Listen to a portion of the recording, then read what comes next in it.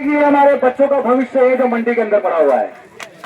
और इसको जब ये लोग ओना तोने दामों पर लूटने का प्रयास करोगे, हमारे पड़ोसी राज्य से कम भाव हमारे मंडी में लगेगा, तो किसान आखिर कब तक अपने बच्चों का गला काटेगा? मुझे बताओ, किसान कब तक चुप बैठेगा? पिछले साल में हमारा धान 2,000-2,500 रुपए में बिका। इस साल 1,500-1,700 रुपए 2,000 रुपए भाव लग रहा है। लागत आ रही है हमारी 2,700-2,800 रुपए, बिक रहे 17,000-2,200। एक डेढ़ मंडी में 2,600 का बेच के स्टॉक बाहर में दे देते हैं और किसान उस 2,600-2,700 की रेट को देख के मंडी में माल लेके आ जाता है। और जब वो यह मंडी में माल खाली करता है तो उसका धान को उछाल के और उसकी कीमत लगाई जाती है 2,000-2,200 रुपए। उसके बाद भी उसी एक की डेढ़ की 2-2 बोली लगा दी जाती है, जबकि ये लिखित में सचिव महोदय ने लिखित में दिया हुआ है कि किसी भी किसान की जब एक बार ढेर की बोली लग गई तो दोबारा उस ढेर की बोली की रेट में अंतर नहीं आ सकता। ये लिखित में है और कोई व्यापारी ऐसा करता है तो उसका लाइसेंस रद्द किया जाएगा। ये लिखित में हमारे पास है। और उसके बाद जब वो ऐसा कर रहा है तो किसान भाइयों, उसकी शिकायत करने की जिम्मेदारी आप सबकी है। आपको डरने की जरूरत नहीं है। हम अपराधी नहीं है, हम केवल हमारा अधिकार मांग रहे हैं। आज आप देखो, प्राइवेट बस एसोसिएशन ने अपने ऊपर कोई बात आई, पूरे राजस्थान की प्राइवेट बसों के चक्के जाम कर दिए। करे नहीं करे?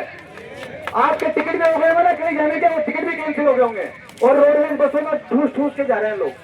और जब 2 दिन 3 दिन उनकी हड़ताल चलेगी तो यही सरकार और ये प्रशासन उनसे वार्ता करने के लिए आ जाएगा। नागपुर के अंदर 3 मांगों को लेकर महाराष्ट्र के किसान सड़कों पर आ गए। कोई पार्टी नहीं थी, कोई झंडा नहीं था, कोई नेता नहीं था।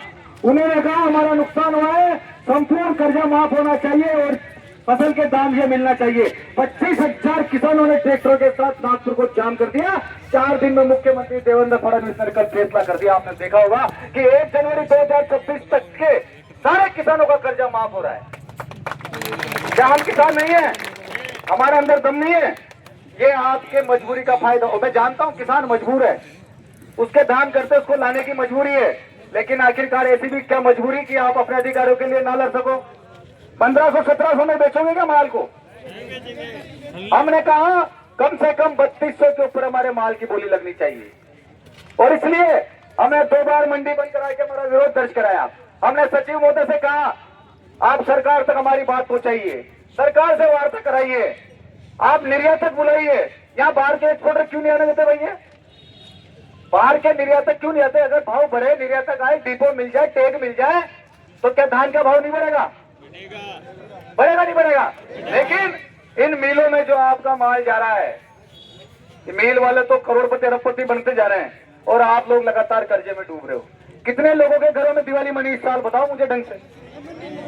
किसी के मनी है क्या? और किसान भाइयों, इसीलिए मैं कह रहा हूं ये केवल इस साल की लड़ाई नहीं है, ये आपके लिए अगले साल की भी समस्या है। अगर आज आप लोगों ने अपनी बात मजबूती से नहीं रखी तो ये अगले साल भी आपको इसी प्रकार से मंडियों में लूटेंगे। और ये केवल किसी एक व्यक्ति की या किसी नेता का कार्यक्रम नहीं है। हम सब किसान हैं। हम जानते 6 महीने तक बच्चे की तरह पालकर फसल कैसे तैयार